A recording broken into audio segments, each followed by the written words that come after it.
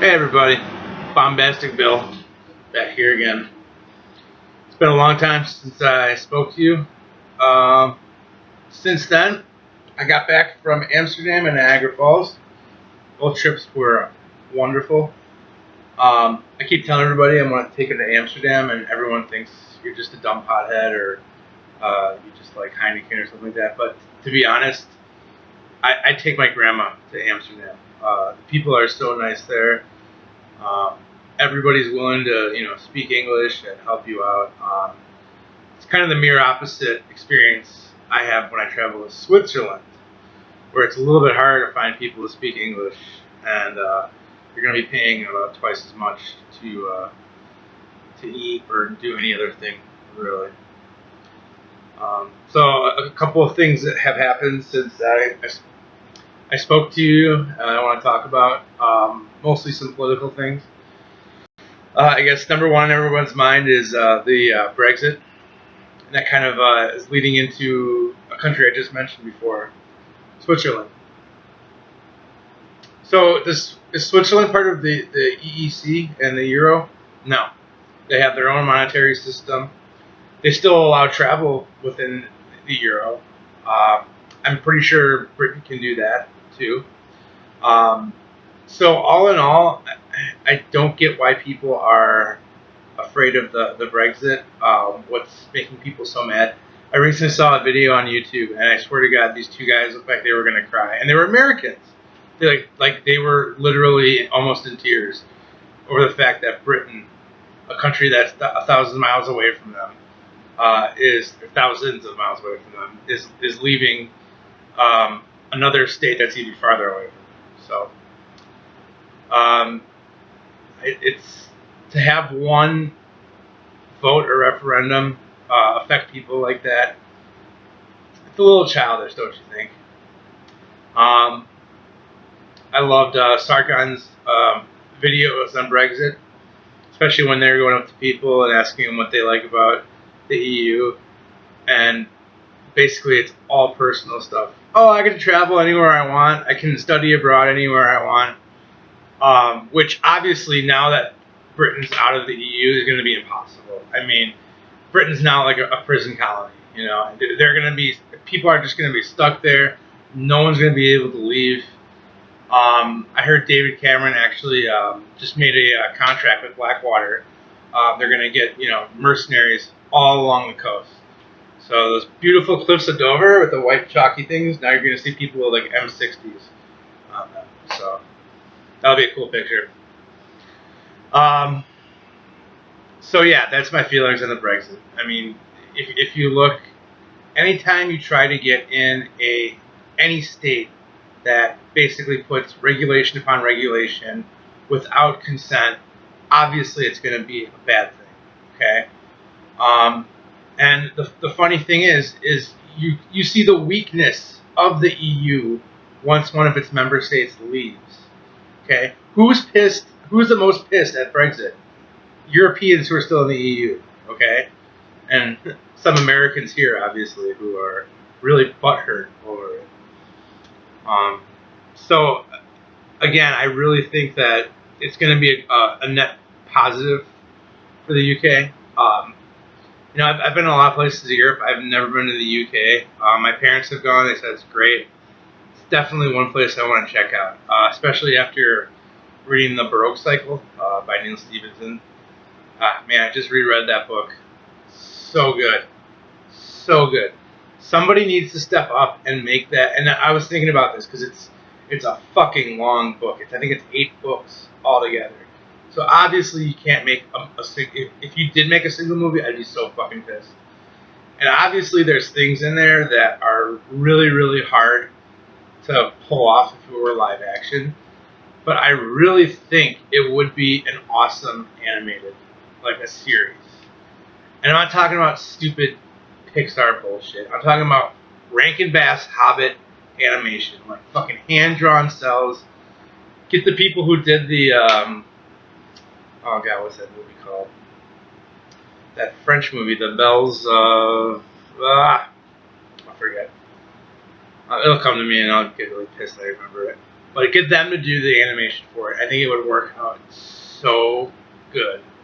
And just especially in that time period and describing some of the more fantastical elements of the book. Like one of my favorite scenes in the book is where Jack is riding back to Paris, having met a bunch of galley slaves on the way and trading his perfectly working, awesome leather boots to a French Gallerian and trading him for his wooden clogs, which are really uncomfortable.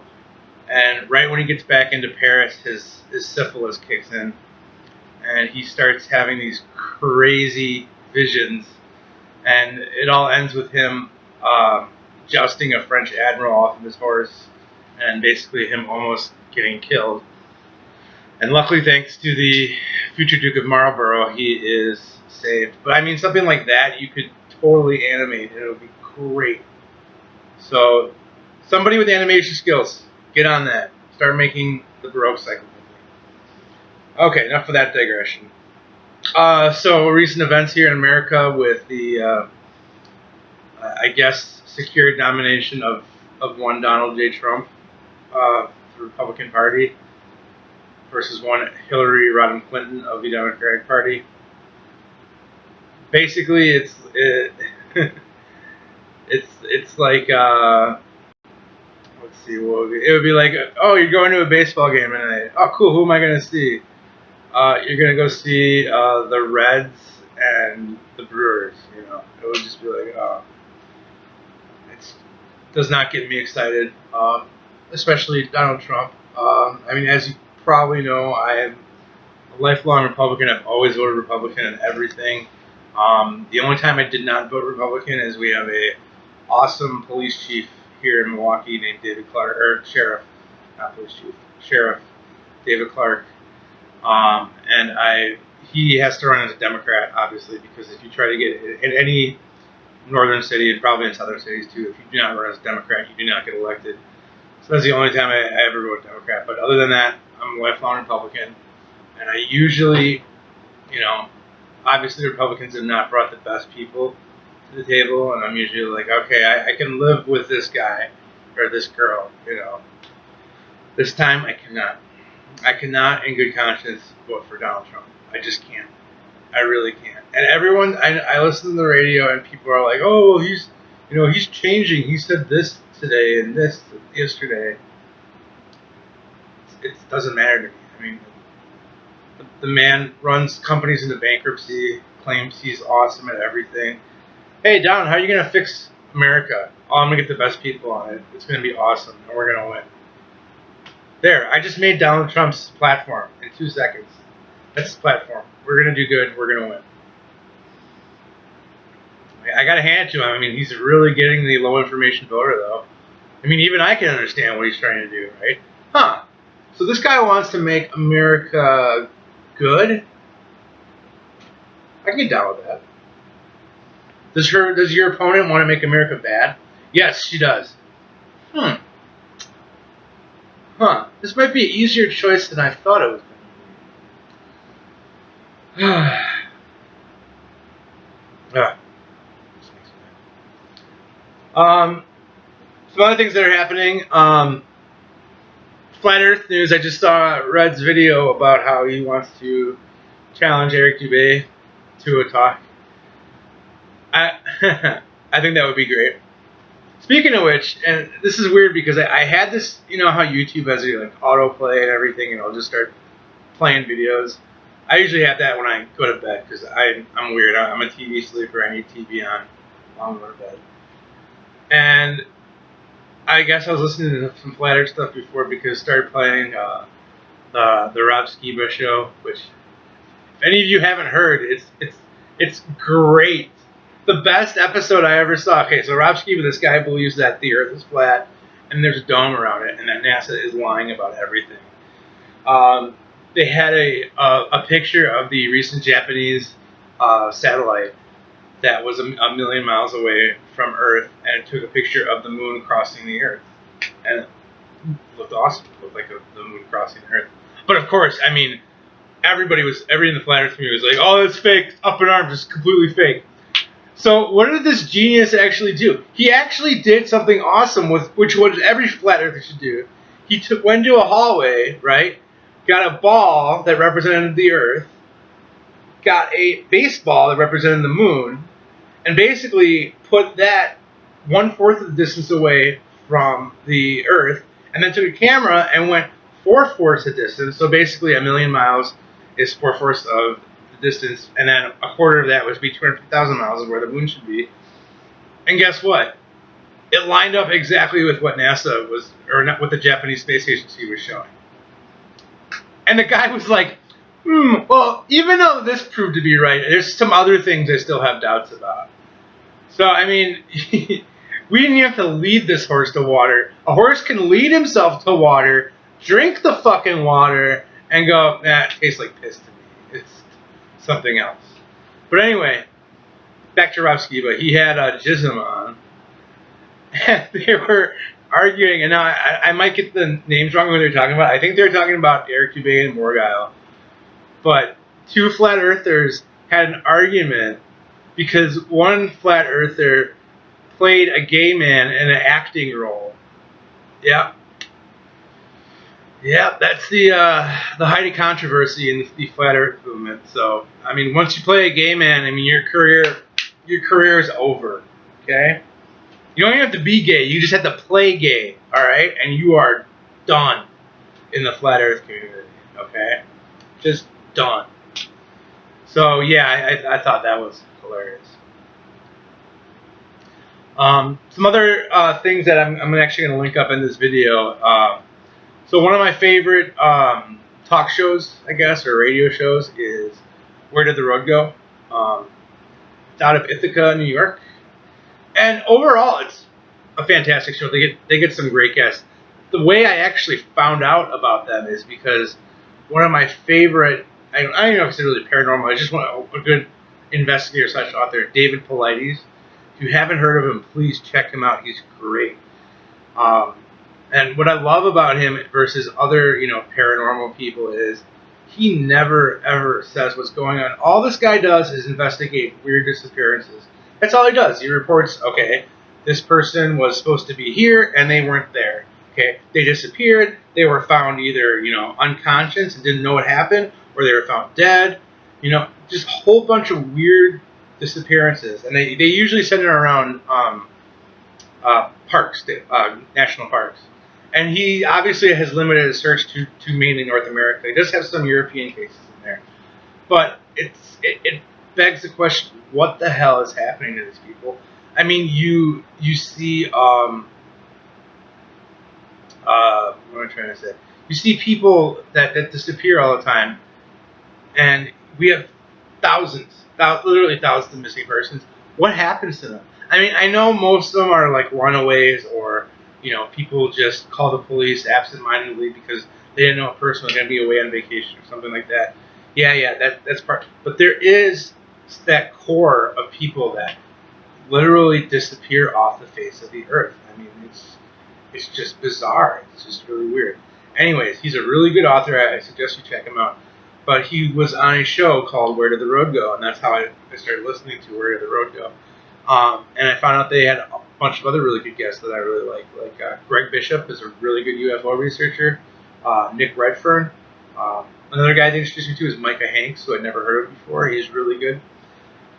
But anyway, there's a lot of times I'm listening to Where Did the Road Go that I just wanted to scream because they were basically like just bashing science in general. And they got all angry at Neil deGrasse Tyson once because he said basically the best way to look at the world is through scientific lens. And I agree. They happen to be a lot more, and what it is I think that they're very anti-materialist. And they might say that they're more non-materialist, but I have a feeling that they're more anti in terms of if something would prove to be more materialist sentiment, they wouldn't like it. Okay, and that's kind of presumptive on my part. I know I shouldn't say that, but that's my feeling, I get. So anyway, I went on their website and I made a big post on, is this show anti-scientific? And I laid out my points. Another thing I have really have a problem with is this electric universe BS stuff. Okay, so basically there's a group of people, and it's called the EU theory, funny we stuff with Brexit, electric universe, and they believe that basically electromagnetism has a bigger impact than cosmologists and astrophysicists realize, and that there's cave drawings with thunderbolts on them, and that must mean that there was a lot of electromagnetism.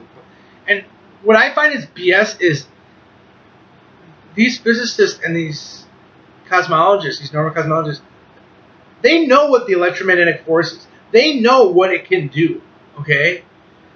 Unfortunately, you can have the strongest magnet you can make, and those are in, magnetars.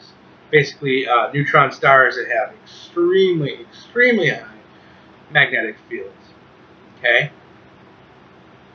That still doesn't bend light, okay? The only thing that we can have, only force that we can have that actually bends space-time is gravity, okay? So I think they're totally eschewing gravity in favor of some electromagnetic explanation for things. So I don't get why people, and on the show, Soraya, the host, said that they made a whole bunch of predictions on a lander that landed on a comet or an asteroid, and all their predictions are right. Now, I haven't read their predictions, and I haven't seen if they're right or not. But to me, I mean, first of all, how does electromagnetism have anything to do with a comet or an asteroid? All right. Second of all, that's not really about cosmology. Okay, it's not really about how stars and galaxies came into being.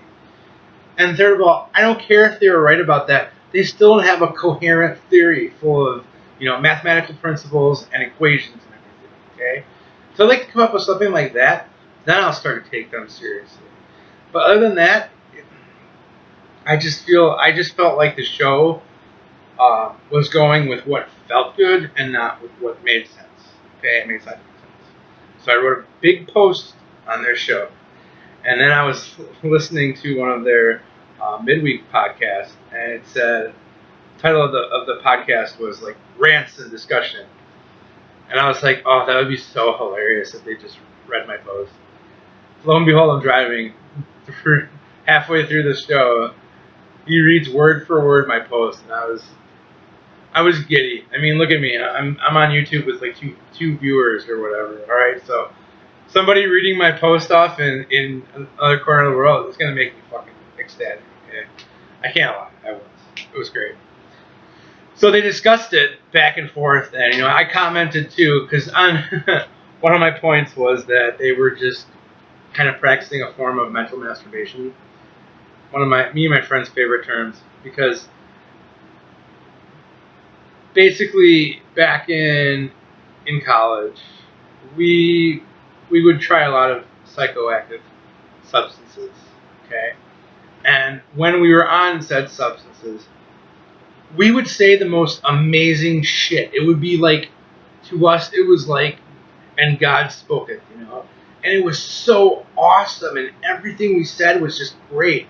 And then you snap out of it, and you're like, wait a minute, that didn't make any sense at all. Why did I think that was good? And that's what it feels like. It's a form of mental masturbation. It feels good while you're doing it, but in the end, you don't create anything.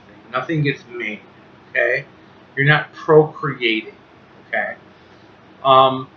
So I kind of felt that that's where his show is going in terms of they talk about stuff that made them feel good, okay? But in the end, you don't really get anywhere.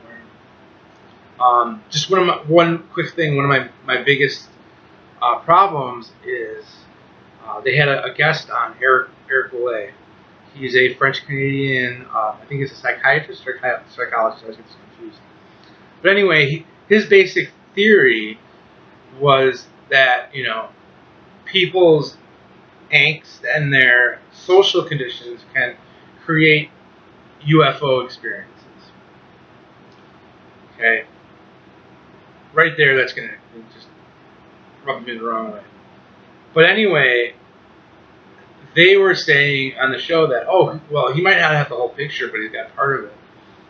And to me, he doesn't have any part of it. I'm sorry. I mean, I just got done reading the Case for the UFO by Edward J. Ruppelt, who was one of the directors of Project Blue Book. And you want to talk about a real story. I mean, this guy was an engineer. He was real sober. He checked everything out, literally everything. And in the book, I mean, he's got a lot of cases where I would be like, wow, that seems really unexplainable, you know. And he had a perfect explanation for it. But he had a lot, and it was actually a lot more than he had explanations for. A lot of cases where he just did not know. He was completely unexplainable. How they have a case on radar. How do you have a case on radar with two people in different positions on different radars and two different visual observers looking at the same thing? Okay. I'm sorry, that doesn't mean that it's aliens, but it means it's a physical object. Okay, it's a material. All right, it's not something that we're making up in our minds. It's not gas coming from the Earth because of plate tectonics. Okay, it is a physical spacecraft. And you know what? Call me, exclusionary, but those are the only UFO reports that I care about because those are truly, truly unexplainable. Okay, and those are things that nobody has a good answer for. Okay, even if they're aliens from Zeta Reticuli, that's not a good answer. Okay, it's something. It is something. And so, having somebody say it's just a psychological thing, that really rubs me the wrong way. Okay. And so I made this post, and they read my post, and I'll link it in the article or in the description here. So he responded to the post, and one of the things that I guess it kind of made me mad because it's almost like he didn't listen. He goes on later in the episode to talk about how he read an article on the largest black hole yet discovered, and he's like, "Yeah, I read this article," and I got mad because really what they're talking about is just observing gamma rays and X-rays, and I just stopped and go, what did you expect? Do you expect it to be like a picture of a black hole, like one of those Discovery Channel animations of like a sucking black hole? You don't get pictures of black holes. They suck in light. You're not going to get a picture of a black hole. In fact, if that article didn't mention anything about gamma rays and X-rays, I would conclude that they hadn't found anything.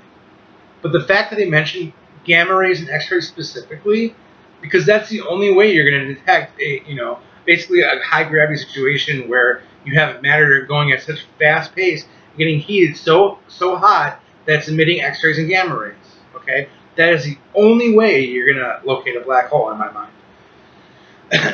And so him saying that kind of just almost like proved the point a little bit. And it was funny because throughout the whole, he only said this at the end too.